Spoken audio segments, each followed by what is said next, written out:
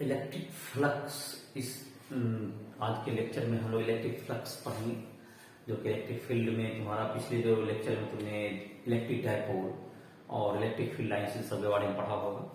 इस आज का जो लेक्चर है उसमें हम लोग इलेक्ट्रिक फ्लक्स पढ़ते हैं।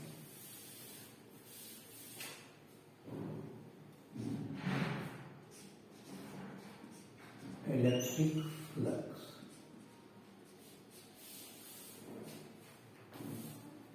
तो इसका डिफिनेशन को देख लेते हैं। The number of electric field lines passing perpendicular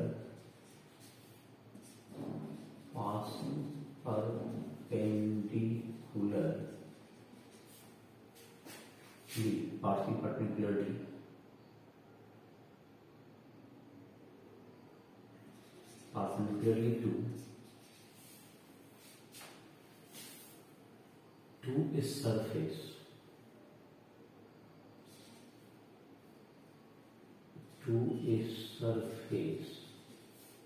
is called electric flux through the surface is called electric flux through the surface। तो इलेक्ट्रिक फ्लक्स क्या कहाएगा तुमको? जितना नंबर ऑफ लाइंस पास करेगा किसी सरफेस से परपेंडिकुलर डायरेक्शन में, वो क्या कहलाएगा? Electric flux through the surface. जैसे कि एक मान लेते हैं कि तुमको एक स्मॉल मतलब कि एक सरफेस है जिसका कि इसको वेक्टर एरिया हम लोग कहेंगे, जो कि परपेंडिकुलर टू द सरफेस होगा। It is ds, small surface ही है, तो डीएस हो गया vector area. Vector area perpendicular to surface,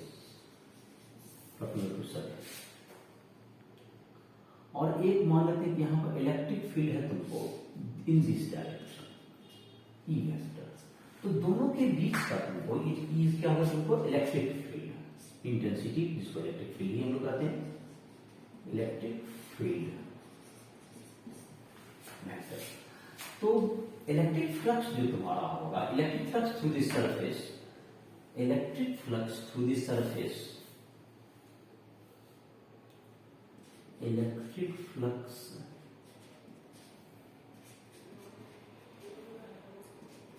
through the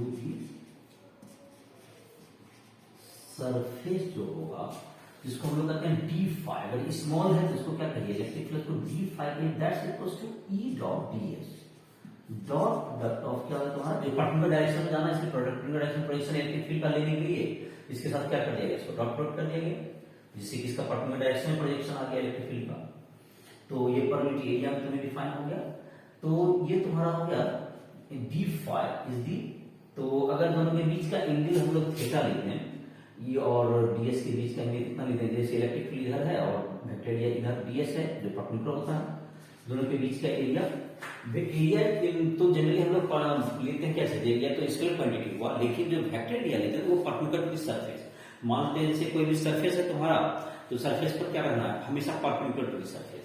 जैसे कि तुम्हारा ये हाथ है, इस पर ऐसे परपेंडिकुलर, ये तुम्हारा हो गया। तो और जैसे कि अगर तुम्हारा इधर क्लोज है तो आउटसाइड वेक्टर एरिया का डायरेक्शन इधर दिया जाता है, आउटसाइड नॉर्मल, इसको ऐसा लिखते हैं आउटसाइड परपेंडिकुलर। तो डी फाई क्या रहेगा? E ds cos theta. तो ई डॉट डीएस हो गया तुम्हारा, तो ई डॉट डीएस, तो डी फाई क्या होगा तुम्हारा? E ds cos theta. Electric field into vector area, दोनों के बीच का distance, E ds cos theta. तो इसका आंसर कितना हो जाएगा तुमको? The unit assigned for flux is newton metre square per coulomb. The SI unit of electric flux is Newton meter square per coulomb. Newton meter square per coulomb.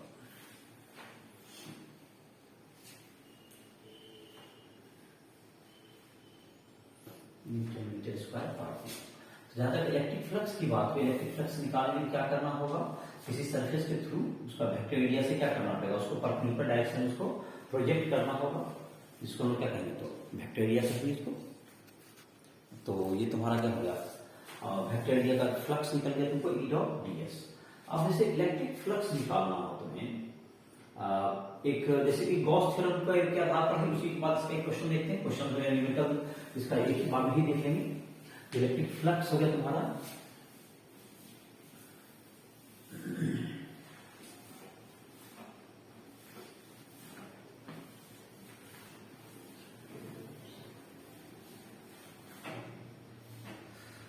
तो Gauss theorem तुम्हारा है एक theorem है जो कि इस electric flux पर ही depend करता है, उसमें इलेक्ट्रिक फ्लक्स के आधार पर ही डिफाइंड है, उसमें इस जुड़ा हुआ एक क्वेश्चन भी देख लेंगे हम लोग, प्रूव कर लेते हैं।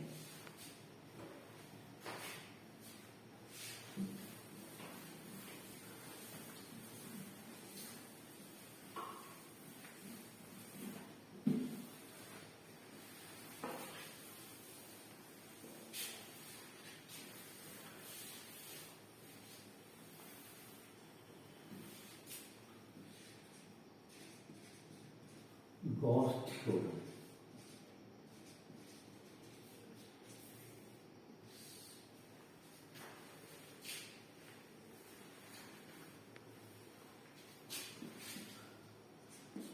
the electric flux through the closed surface, through a closed surface, through a closed surface is equal to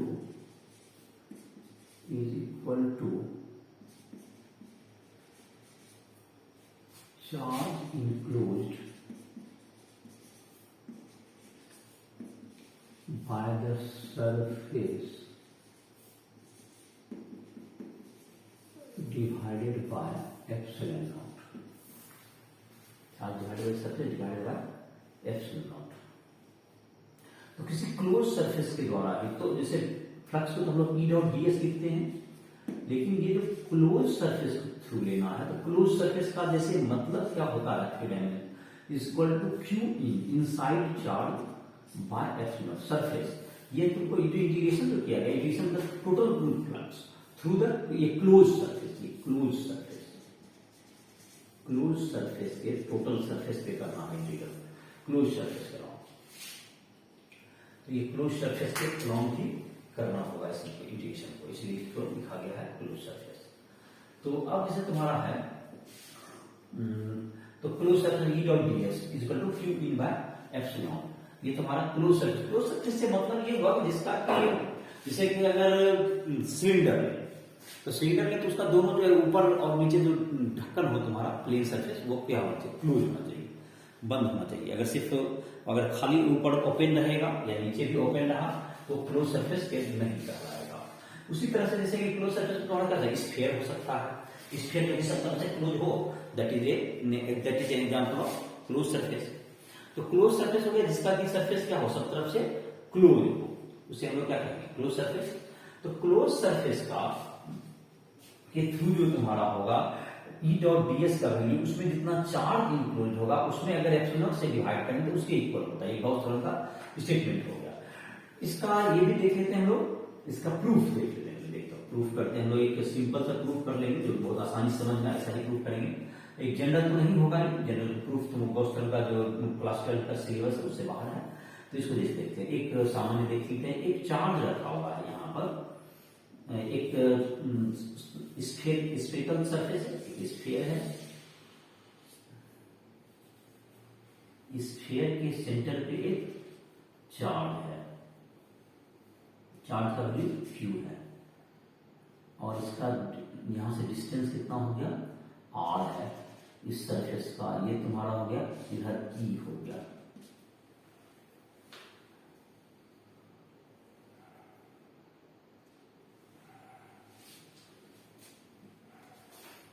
तो ये तुमको क्या होगा, इसका रेडियस r होगा,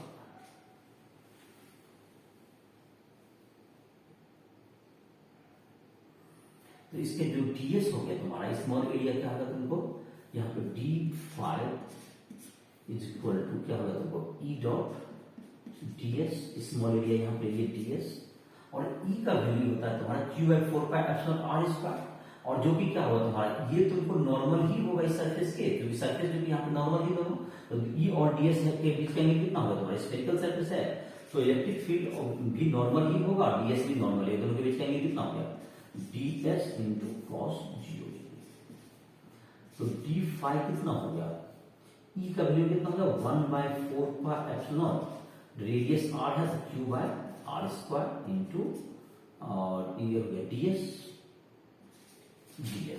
ये d5 का वैल्यू हो गया। अब d5 निकल गया, टोटल के लिए क्या करना है, E डॉट ds को इंटीग्रेट करना होगा, तो integrating E dot ds equals to क्या होगा इंटीग्रेशन ऑफ, निकल गया तुमको q by 4 pi epsilon r square into ds, that's equal to q by 4 pi epsilon r square, और ये इंटीग्रेशन हो गया ds, that's equal to total surface area, that's equal to total surface area 4 pi r square q by epsilon हो गया।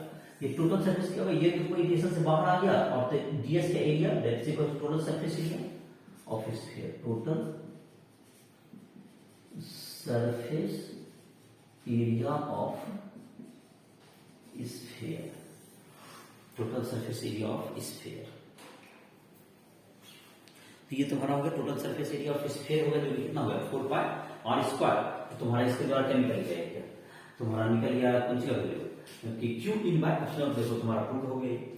तो flux पहले क्या किया, पहले तुमको क्या किया, एक स्मॉल सरफेस एरिया हमने ds लिया, और हर जगह पर चूंकि ये इलेक्ट्रिक फील्ड का डायरेक्शन चेंज हो रहा है, तो एक साथ हम इंटीग्रेट नहीं करते, एक साथ नहीं लिख सकते हैं, क्योंकि हर इलेक्ट्रिक फील्ड का डायरेक्शन इधर होगा, इधर सरफेस पे अलग होगा, तो हर जगह, इसलिए स्मॉल एरिया में काम करना पड़ा हमको। स्मॉल एरिया हमने लिया ds, तो जो कि इलेक्ट्रिक फील्ड और ds जो एरिया दोनों एक ही डायरेक्शन में है, तो दोनों का वैल्यू क्या होगा तुम्हारा, E का value q by 4 pi r square क्या ds, तो ds का इंटीग्रेशन क्या होगा 4 पाई r स्क्वायर, इस तरह से क्या होगा तुम्हारा ये हो गया प्रूफ हो गया तुम्हारा। अब से गॉस थ्योरम को हम लोग एक्सप्लेनेशन करते हैं, गॉस थ्योरम को समझने के लिए जिसे हम लोग लिखते हैं एक्सप्लेनेशन करते हैं इसको, जो थोड़ा सा समझ तुमको बढ़ेगा। जैसे कि एक क्लोज सरफेस ले लिया, तो इसमें जो तुमको अगर सरों के कारण से यहाँ पे चार्ज q1 है, यहाँ पर माइनस q2 है, यहाँ पर चार्ज प्लस q3 बाहर में है, और यहाँ पर चार्ज माइनस q4 है, तो total flux through the close surface, ये क्लोज सरफेस है, close surface, total flux through the close surface equal to क्या होगा q1, जो अंदर का चार्ज है वही लेना है, बाहर के चार्ज लेने, बल्कि ये टोटल चार्ज निकलेगा लेकिन सिर्फ चार्ज इधर का लेना है, सिर्फ इनसाइड का, बट ये जो टोटल फ्लक्स निकला होगा ये तुमको टोटल फ्लक्स, जिसमें कि ये जो बाहर के चार्ज है q3 q4 जो भी हैं, बाहर के आउटसाइड सबको करंट निकलते हैं, लेकिन ये सिर्फ लेना होता है क्या चीज में, सिर्फ इनसाइड का चार्ज। तो गॉस थ्योरम में जो कि टोटल फ्लक्स निकलेगा, जो कि एक्सप्लेन इस फिगर से समझ में आ रहा होगा कि टोटल फ्लक्स जो निकलेगा ये सबों के चार्ज कारण, लेकिन सबका निकलेगा, बट लेना है charge, you have to take charge which is inside the close surface, जो क्लोज सरफेस के इनसाइड हो। क्लोज सरफेस का जैसे एग्जांपल समझ में आ गया होगा, जैसे कि तुम्हारा क्लोज सरफेस में क्यूब आ सकता है जिसका सब तरफ से बंद हो, जिससे क्लोज हो, जिसमें डोर विंडो सब चीज क्या होगा क्लोज हो, सारी चीज होंगे तो क्लोज एक सरफेस हो गया, क्यूब हो जाए, या तुमको हो सकते हैं कि जैसे कि तुम्हारा क्यूबॉइड हो गया, लेकिन सरफेस क्या होते हैं क्लोज हो। दूसरा मैंने कहा कि तुमको स्फीयर हो सकते हैं, क्लोज होना चाहिए, जैसे मैंने अभी स्फीयर में प्रूव भी किया इसको लेकर के। सिलेंडर हो सकते हैं तुम्हारे, जो दोनों प्लेन सरफेस क्या हो क्लोज हो, कोनिकल सरफेस हो सकता है, ये सारे क्या होंगे तुम्हें जो कि सरफेस होंगे सभी क्या होंगे क्लोज सरफेस आते हैं। तो देखो गॉस थ्योरम का फिर से भी बताते हैं, गॉस थ्योरम का स्टेटमेंट है कि टोटल जो इलेक्ट्रिक फ्लक्स होता है किसी भी क्लोज सरफेस के अराउंड में, that's equals to charge into divide by epsilon के वैल्यू के बराबर होता है। जैसा कि यहाँ पर देखो एक स्फेरिकल सरफेस के सेंटर पे क्या लिया, चार्ज लिया, जिसका वैल्यू क्या है तुम्हारा d फाइन का e डॉट ds, जो इलेक्ट्रिक फील्ड और वेक्टर ये दोनों क्या सेम डायरेक्शन में है, इसलिए दोनों के बीच कहेंगे जीरो होगा, क्योंकि दोनों नॉर्मल ही होगा, तो ई का वैल्यू फिर रखिए क्यू बाई 4 आर स्क्वायर, और डीएस का तुम्हारा इंटीग्रेशन टोटल सरफेस है दैट इज 4 पाई, तो क्यू बाई हो गया। और इसको एक्सप्लेन करिए क्या कि दो चार्ज अंदर का है, सिर्फ उसी को लेना है, बाहर के चार्ज को क्या नहीं लेना है, इसमें लेना नहीं पड़ता है। और लेकिन ये जो फ्लक्स निकलता है ये समों के कारण निकलता है। आई होप कि तुमको ये बात समझ में आ गया होगा कि गॉस थ्योरम का स्टेटमेंट क्या है। तो गॉस थ्योरम के आधार पर तुमको जैसे इसका स्टेटमेंट लिख सकते हो, उसको स्टेटमेंट लिख लो, उसको नोट करो, और जो कि तुम्हारा जो कि इससे पहले नोट्स है, डिटेल नोट्स चाहिए तुमको, तो राइट ऐप पर जाकर के उसका नोट्स क्या कर सकते हो, तुम्हें मिल जाएगा। उसमें लाइव क्लासेस, डाउट क्लासेस, या तुमको उन सभी प्रश्नों के नोट्स मिल जाएंगे। जेई के जो क्वेश्चंस वगैरह हैं, जो हार्ड क्वेश्चंस हैं, या तुमको किसी को पर्सनल हेल्प की जरूरत है पढ़ाई में, तो उसके लिए भी तुमको हमसे संपर्क कर सकते हो, उसके लिए नंबर मिल जाएंगे, इस प्रकार से हमसे संपर्क किया जा सकता है। तो ये राइस्टल ऐप प्ले स्टोर से तुम डाउनलोड करके अपनी पढ़ाई आगे कर सकते हो। फिजिक्स, केमिस्ट्री, मैथ्स सबके वीडियो लेक्चर्स भी उसमें मिल जाएंगे, टोटल 11 12 की। तो ये तुम्हारा गॉस थ्योरम है। गॉस थ्योरम के आधार पर तुमको तीन, जो तुम्हारे एनसीईआरटी बुक में तीन जो है रिजल्ट प्रूव किया, तीन जो सॉलिड सरफेसेस हैं जिसके कारण की चार्ज जब यूनिफॉर्मली डिस्ट्रीब्यूटेड है, तीन चार से, जैसे चार्ज किस पर होता है, यूनिफॉर्मली चार्ज डिस्ट्रीब्यूशन जैसे होता है तुमको। एक तो अगर यूनिफॉर्मली चार्ज डिस्ट्रीब्यूशन जैसे हम लोग यूनिफॉर्म चार्ज डिस्ट्रीब्यूशन बड़ी, जैसे कि अगर रॉड है, रॉड में लेंथ वाइज होगा, तो रॉड जैसे कि लीनियर, ये यूनिफॉर्मली चार्ज डिस्ट्रीब्यूशन से रॉड है, ये रॉड है, इस पर चार्ज क्या हो गया, ये रॉड का लेंथ एल है, ये रॉड है लेंथ एल, ये रॉड है लेंथ एल एंड इट है चार्ज क्यू। तो चार्ज पर यूनिट लेंथ क्या हो जाएगा तुमको, charge per unit length lambda equals to Q by L, charge per unit length. Charge per unit area तुमको क्या हो जाएगा, ये जो सरफेस है, charge per unit area, charge जैसे तुम्हारा सरफेस है कोई, या ये तुम्हारा क्या हो गया, स्फेरिकल हो, या तुमको ये इस तरह का सीट हो, ये सब क्या होगा, तुमको चार्ज जो डिस्ट्रीब्यूटेड होता है ये एरिया वाइज डिस्ट्रीब्यूट होगा। तो एरिया क्या होगा, इसमें क्या डिफाइन होगा, चार्ज पॉइंट एरिया, अगर टोटल चार्ज क्यू है, क्यू बाय टोटल एरिया से डिवाइड कर दीजिए। जैसे इस टाइप का सरफेस है, जैसे कि एक प्लेन सीट है, जैसे सीट ऑफ चार्ज, ये सीट है जिसमें सब जगह चार्ज है, सीट है, क्यू चार्ज डिस्ट्रीब्यूटेड है हर जगह, तो मिला ये जैसे कि डिस्क है तुम्हारा, तो डिस्क है मतलब कि तुम्हारा जैसे सिक्का है, सब जगह क्या होगा, चार्ज डिस्ट्रीब्यूटेड होगा, इसमें क्या होगा तुम्हारा, और अगर ये रिंग होगा तो चार्ज पॉइंट लेंथ डिफाइन हो जाएगा, क्योंकि सिर्फ वहां पर होगा तो चार्ज पॉइंट लेंथ होगा। तो अगर इस पे जिस टाइप का शेप होगा उस ढंग से होगा, तो चार्ज इसमें क्या डिफाइन होगा, इसमें charge per unit area, charge per unit area sigma naught q by A. और एक तुम्हारा 3 डायमेंशनल शेप है, जैसे क्यूब है, क्यूबॉइड है, charge per unit volume, charge per unit volume भी डिफाइन हो सकता है, चार्ज पर यूनिट वॉल्यूम, इसको रो कर सकते हो, that is Q by V. ये किसके लिए किसमें होगा, चार्ज वॉल्यूम में, तो जैसे अगर स्फीयर हो गया, मतलब सॉलिड स्फीयर में, सिलेंडर हो गया, 3 डायमेंशनल जो शेप होगा, ये सब में क्या होगा, तो charge per unit volume define होगा। और जैसे तुम्हारा स्फेरिकल सरफेस है, या तो स्फेरिकल सरफेस है तो भी होगा, और लेकिन अगर होलो स्फीयर है तो वो सरफेस पर ही डिस्ट्रीब्यूटेड होगा, सही, चार्ज पर यूनिट एरिया, इसमें होलो सरफेस, होलो किसमें चला जाएगा, होलो स्फीयर इसमें चला जाएगा, चार्ज पर यूनिट एरिया में जाएगा। Hollow sphere Q by 4 pi R square, hollow sphere इसी में आएगा, होलो स्फीयर और सिलेंडर, होलो स्फीयर और सिलेंडर, सॉलिड सिलेंडर, ये होलो स्फीयर और होलो स्फीयर और क्या कह सकते हैं तो डिस्क। और अगर सॉलिड सिलेंडर है या होलो सिलेंडर है तो वो तुम किसमें जाएगा, 3 डायमेंशनल शेप हो गया। तो होलो अगर रहेगा तुमको, तो होलो रहेगा तो तुम्हारा सरफेस बाहर का खाली सरफेस पर डिस्ट्रीब्यूटेड है, या सरफेस पर होलो रहेगा तो वो किसमें चला जाएगा, होलो तो सिर्फ सरफेस पर रहेगा। तो सिलेंडर अगर होलो है, इसके अंदर से खाली है, तो ये सरफेस वाइज डिस्ट्रीब्यूटेड होगा। और अगर भरा हुआ है अंदर से, सॉलिड सिलेंडर है तो वॉल्यूम वाइज होगा।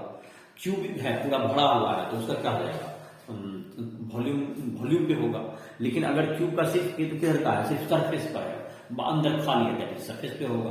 और लेंथ वाइज से रॉड वगैरह में क्या है, लेंथ वाइज है तो चार्ज कैसे डिस्ट्रीब्यूट होगा, लेंथ वाइज। चार्ज ये यूनिफॉर्म चार्ज डिस्ट्रीब्यूट, बॉडी का नाम तुमने सुन लिया। अब इसके गॉस थ्योरम के हेल्प से हम लोग कुछ सरफेसेस के इलेक्ट्रिक के द्वारा इलेक्ट्रिक फील्ड का वैल्यू हम लोग प्राप्त कर सकते हैं। तो इसको मिटा देते हैं। कुछ सरफेसेस के इलेक्ट्रिक फील्ड का वैल्यू हम लोग प्राप्त कर सकते हैं। जैसे कि तुमको है पहला तुम्हें दिया गया है, एक है लॉन्ग रॉड के कारण कितना होगा इलेक्ट्रिक फील्ड। दूसरा है तुमको लॉन्ग रॉड के बाद तुम्हारा प्लेन शीट के कारण, और उसके बाद है स्फीयर के कारण कितना होगा इलेक्ट्रिक फील्ड। ठीक है, तो पहले गॉस थ्योरम को तुम लोग इसको देखो, इस पर कुछ जो है सामान्य क्वेश्चंस वगैरह बनाओ। उसके बाद तुम जो है गॉस थ्योरम का नेक्स्ट लेक्चर में इसको जो है इसके जो एप्लीकेशन है गॉस थ्योरम के उसको हम लोग कंप्लीट करेंगे। तो इसी के साथ इस लेक्चर को समाप्त कर रहे हैं।